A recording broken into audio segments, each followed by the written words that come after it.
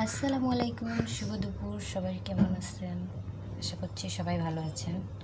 আজকে আমি দুপুরে একটা সবজি রান্না করব, সেটা হচ্ছে পেঁপে পেঁপে দিয়ে মাংস, মুরগির মাংস রান্না হবে। যাই হোক, সাথে থাকবেন দেখার জন্য।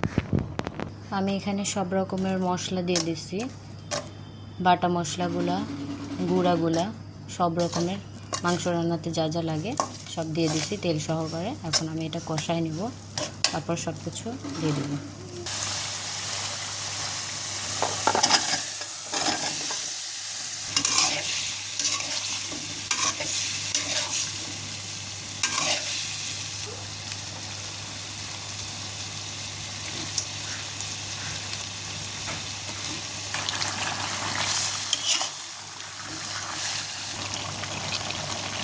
এখন আমি মাংস আর পেঁপেটাকে কষিয়ে নেব। কষিয়ে দেওয়ার পরে পর্যাপ্ত পরিমাণে হওয়ার জন্য পানি দিয়ে দেবো।